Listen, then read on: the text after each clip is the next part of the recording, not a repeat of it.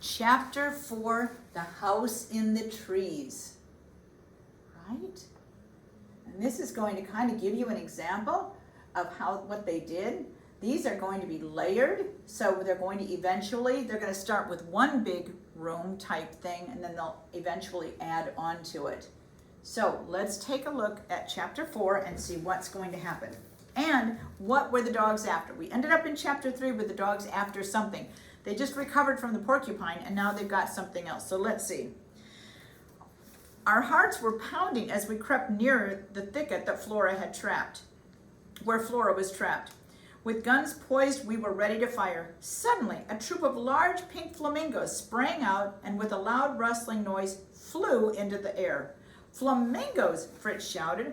Well, what do you know? They sounded more like baboons. All right, so flamingos, I'm sure you might be familiar with. I think they even have some now at Miller Park Zoo in their new flamingo exhibit, but we probably haven't been there since last year. But this is what the dogs have found. The dogs have found flamingos. Flying into the air, he shot down 2 of the large birds. One was quite dead, and the other was merely wounded in one wing. Unable to fly, the poor frightened bird darted toward the swamp, with Fritz following in close pursuit. Actually, it was Flora who reached the bird first and pinned it down until I arrived. The flamingo resisted my help strenuously, flapping its wings and twisting and holding. I finally managed to grab hold of it.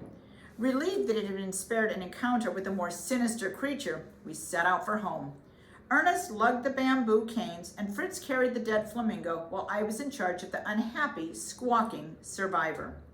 Come on, fella, be still, I said to the flamingo, once we were back at the giant trees. I have some ointment that will ease your pain. After treating the injury, I took a long string and tied the bird to a stake near the river so that it might go in and wash itself. The next order of business, I announced firmly to my family, is to construct a ladder so that we can build a house in the trees. I'm going to need everyone's help, so let's get to work. I'm going to go back now to the picture of the house. Okay, so you can take a look at that. Ernest and I will be in charge of measuring the rope, volunteered Fritz. I have a job to do first, I answered. Using triangles, I was able to determine the distance from the ground to the lowest tree branch. It's 40 feet, I called out, so you will need 80 feet of rope for the 2 sides of your ladder. While the boys were busy working on the ladder, I devised a scheme to hoist it up to the tree when it was finished. By attaching the end of a ball of strong thread to a hollow bamboo reed filled with sand, I made an arrow-like device to toss over a tree limb. I even put a flamingo feather on the tip to help it fly straight. When my little invention deftly sailed over the branch and dangled down the other side, we all clapped our hands joyfully. In the meantime, Fritz and Ernest were putting the finishing touches on this sturdy ladder. Its sides were made of rope and its rungs were fashioned from sugar cane. What a great job you've done, I said, stepping back to admire their handiwork. I next tied the ladder to the end of the rope that hung down one side of the tree and yanked it up from the other side. Hooray, hooray, everyone cried as the ladder reached the desired branch and rested firmly upon it. Jack, you're the nimblest one of us. You go first, I told him. While the rest of us held tightly to the end of the ladder, Jack scooted up the rungs with almost perfect ease. Father, he called down, I'm not strong enough to tie the ladder to the tree. I can do it, said Fritz, and up he went. In no time at all, he had the ladder securely fastened to the branch. I followed next to attach a pulley to the tree trunk. By this means, I planned to haul up the lumber for our house. The tree we had chosen was ideal, for the branches grew close together in a horizontal direction. On the first level, we built a floor of wooden planks, and around this platform, we constructed a wall approximately 4 feet high, also made of planks. We then hung our hammocks in boughs 6 feet above the floor. Then, throwing the sailcloth from over the higher branches that towered some 50 feet above the ground, we made a roof for our treehouse. Working quickly, we pulled the cloth down and nailed it firmly to the wooden walls on 2 sides. The tree trunk formed the 3rd side, and the front was left open to admit the fresh sea breeze. The house was beginning to look very impressive. That night, when we all gathered around a table that I built at the foot of the tree, Elizabeth brought out a large earthen pot. "The flamingo I killed," exclaimed Fritz as his mother lifted the lid of the dish. "Yes," answered Elizabeth. "I stewed it so that it would be juicy and tender. After all, it was an old bird." When we had devoured every morsel of the feast, we climbed the ladder to spend our first night in the treehouse. After everyone was safely inside, I pulled the ladder up behind me. "How exciting!" cried Frances. "It's just like you drew up the drawbridge to our very own castle." "We'll sleep well tonight, knowing we are safe from our enemies," said Jack. In the days that followed, we did indeed feel as if the island were our own private kingdom. One morning at breakfast, I said to my family, "What do you think of giving a name to our home in the different parts of the island?" "That's a wonderful idea," said Ernest. "Where shall we start?" "How about the bay where we first entered this country?" "Why don't we call it Oyster Bay?" cried Fritz. "Remember all the oysters I found there?" "That would be a perfect name." "No, Lobster Bay," shouted Jack. "After all, that's where I discovered our first meal." "By all rights, it should be called Providence Bay," interrupted Elizabeth, "in gratitude to God for delivering us safely." "Providence Bay it will be," I said, and so it was decided. Tent House was the name selected for our first home, and Falcon's Nest for our tree house. We named the islet where we found the lumber for the bridge Shark Island to commemorate Fritz's courage in killing the sea monster. Flamingo Marsh was chosen for the swamp, Jackal's River for the stream that divided the island, and Family Bridge became the new name for the Nonsuch Bridge. Once we had made these decisions, we suddenly began to feel more at home. We spent days getting settled in the treehouse, transporting provisions from the tent house, and exploring the island. One morning, Ernest and I went fishing in Providence Bay, where we caught a huge 15-pound fish. As we started home, Flora dashed off after a strange animal, one of which made the most extraordinary jumps imaginable. Thoughtlessly, Ernest lifted his gun and shot the creature dead. "Look at him," Ernest cried. "He's as big as a sheep, but he has the tail of a tiger, and his nose and hair are like a mouse." "You're right," I replied, "and his teeth are like a rabbit's, its front legs resemble those of a squirrel, and his hind legs are like stilts." "Father," wailed Ernest, "I think I have just killed the most remarkable animal in the world. Whatever can it be?" So, again, let's make a prediction. What do you think this animal could be based on their description of kind of the attributes of the animal? How do you like the house? And do you think it would be fun living here? I will say that because Disney made a movie of Swiss Family Robinson, which you will be able to watch when we finish reading the book, if you go to Disney Prime, then at Disney World, there is a Swiss Family Robinson exhibit where you get to pretend like you're the characters in the book, and you get to visit the land of Swiss Family Robinson. And you actually get to go up in the treehouse that they built and look at all of this stuff as if you were actually visiting and getting to go there. So, and I kind of feel like this picture is maybe from the Disney set. Oh, yeah. There, I see a D here for Disney. All right, so that is the end of chapter 3. Be thinking about what you believe, Ernest found, and we'll see when we get to chapter 5 if you are correct. All right. Okay. All right, chapter 5 is called A Tortoise Takes Us for a Ride. And this is an image of a giant sea turtle, and they're so beautiful. They really are. They're just gorgeous, and they do grow really large. So we ended up, though, with the dogs, again, making another discovery, and Ernest shot it. So now we're going to find out what it is. And I don't know if you were able to make a prediction or guess what you thought it might be, but I'm going to start with this. If I can find this. I'd show you, see if you were correct. Here we go. Oh, okay, it always cuts my picture off. It should be full screen. All right, so anyhow, it's a kangaroo, I said, to the best of my knowledge. However, kangaroos have never been seen anywhere other than on the coast of Australia. It was that famous explorer, Captain Hook, who originally discovered them. How are we going to get it home? Asked Ernest. If we drag it on the ground, we'll spoil its beautiful skin. Well, why don't we tie its front legs together and carry it the rest of the way home on these two canes here to the sled you boys made, I suggested, and that's what we did. Back at the falcon's nest, we skinned the kangaroo and cut its meat into pieces, some of which we planned to eat immediately. The rest we would salt and store for future use. Elizabeth was delighted with the new supplies of food. Your fish is magnificent, she said, praising Ernest's 15-pound catch. We'll certainly dine in splendor tonight. Early the next morning, Fritz and I sailed back to the wreck to collect the last of the stores. The first thing we did was to make a large raft to help accommodate all of our booty. Then we searched the ship and unearthed many unusual items that would be valuable to us as settlers in a new land. After all, the ship had originally been outfitted for that very purpose. Come here, Fritz, I called from the captain's cabin. You won't believe what I found. How beautiful, cried Fritz as he ran to the chest at my feet and gazed down at the gold and silver watches, necklaces, and rings that the chest contained. Once he got over his amazement, he tugged at my arm and cried, now you must see what I've discovered in a cask under the stairs.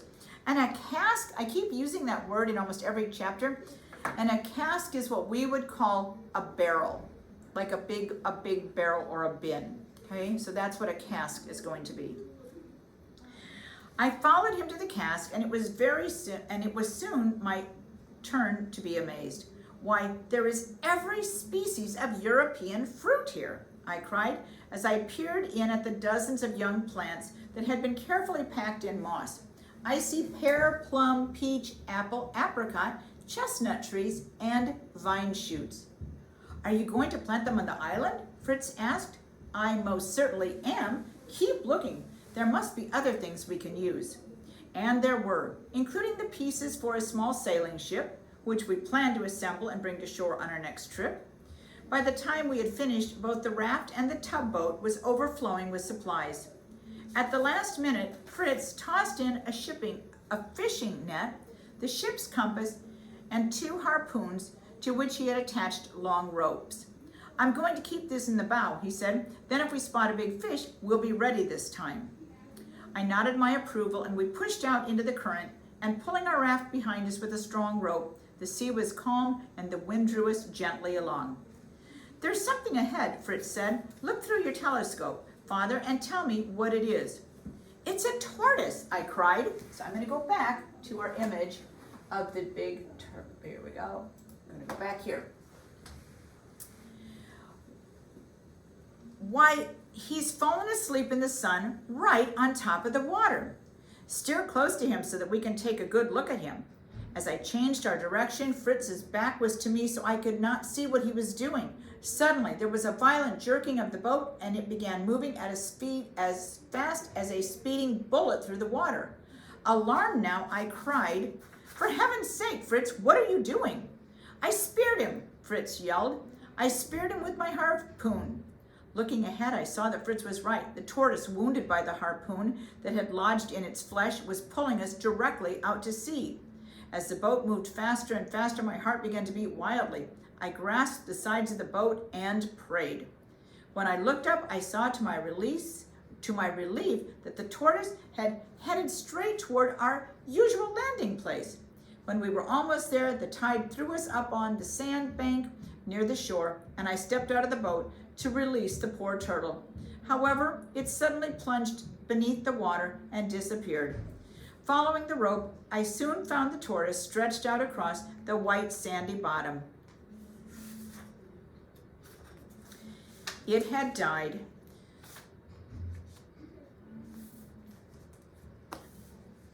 "Hello, hello," Fritz called out as we neared the shore. "What have you here?" cried Elizabeth as she and the younger boys rushed to greet us. "A tortoise, my dear, and one who has given me the fastest ride of my life. Is our sled handy so we can haul it up to the tent house? Yes, it is. You can load it right on, along with some of the new provisions, I see. Later that day, after we were settled, we flipped the tortoise on its back so that we could remove its shell and make use of the meat. Taking my hatchet, I separated the upper shell, which was round, from the bottom shell, which was flat. Let me clean out the round shell, offered Fritz. It will make an excellent bowl for washing clothes. Fine idea, but let's not get so busy that we forget our last job on the wreck, bringing in the ship's boat we found in the hold. But it's in so many pieces, Father. Then we will have to put them together. Every day for 1 week, we left in the morning and returned to the island late at night. Finally, the sleek little sailing ship was ready and we lowered her into the water. The yacht had a small, neat deck, several masts, billowing sails, and 2 small cannons nailed to the deck. As we approached shore, Fritz yelled, "Let's shoot off the cannon for Mother." Elizabeth, Francis, and a very bewildered little monkey, his fingers in his ears, came down to inspect the ship. "Come on, Mother, climb aboard," Fritz called, extending his hand. "We've decided to call our new ship the Elizabeth." "I'm touched," Mother said, hugging us both. "We've accomplished a lot in the 3 weeks we have lived here. Now, come see what I've done. Do I ever have a surprise for you?" And that is the end of chapter 5. Okay, I gotta admit, when I was listening to, as I was reading about what they found in the ship's hold, okay, so they found an entire catalog of fruits and seeds. They found jewelry. They found all of the parts necessary to build a small ship of their own. They found furniture, they found dishes, they found tools, they found food, they found grain, they found animals, and it kind of reminded me a little bit of like, the Amazon warehouse, where you can just get online and pretty much if you need it, if you can find it, it's going to be there. So I kind of had a little bit of I don't know where you could ever go that in one place, seriously, you would find that many good things. So anyhow, so they've certainly lucked out that their ship was well supplied with all of the things they might possibly need. So now Mother has something to show them. So our next prediction might be, what are they going to, what is going to happen next? What are they going to find? But they certainly are well prepared. And in 3 weeks, I feel like they've made a lot of progress, because when we look back, we've gone from, I'm going to scoot back for a second. In 3 weeks, we have gone from here to here. It's pretty good, huh? I think that's pretty good. All right, so I hope you're liking this. This is the end of chapter 5, and we will start chapter 6 shortly.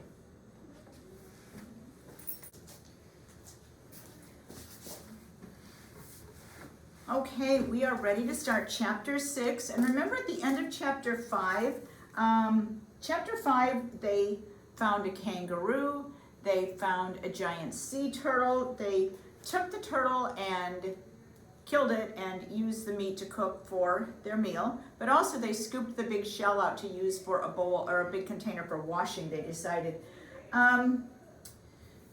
So let's see, they've accomplished a lot. Now they've been on the island for 3 weeks, and in those 3 weeks they pretty much built a couple of shelters, done a lot of exploring, encountered all kinds of different animals, pretty much gotten everything off of the ship that they felt like they would need. And remember, there were lots of really good treasures on the ship that they were able to bring back with them.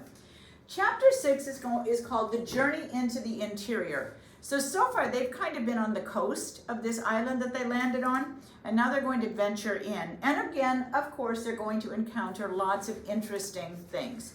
So let's go ahead and get started. What a strange procession we made as we wound our way up through the rocks to the waterfall that towered above Jackal's River. In the lead were Elizabeth and Francis, with Jack and Ernst close behind them. Fritz and I brought up the rear, followed by a flock of stray ducks and geese who tagged along. The little monkey, still keyed up from the cannon blast, ran ahead. Every now and then he'd stop and motion on us. To my astonishment, Elizabeth led us to a handsome garden, all laid out in neat little rows. I'm amazed, I said, at all that you have accomplished in such a short period of time. Was it hard work? Not really, she answered, very pleased with herself. The earth is light here and composed of many dead leaves. Frances and I found it easy to rake and hoe. Look, Papa, cried Frances, pointing around him as he spoke. We planted potatoes here, corn here, sugar cane here, and lettuce here. And over here we planted all the fruit trees. Well, you haven't left anything for me to do, I said. Oh, yes, I have, Elizabeth assured me. I'm going to depend on you to make an irrigation system using bamboo canes to carry the water from the falls to our thirsty little plants. Well, this would be a good spot to house our pigeons and chickens, I said, looking around.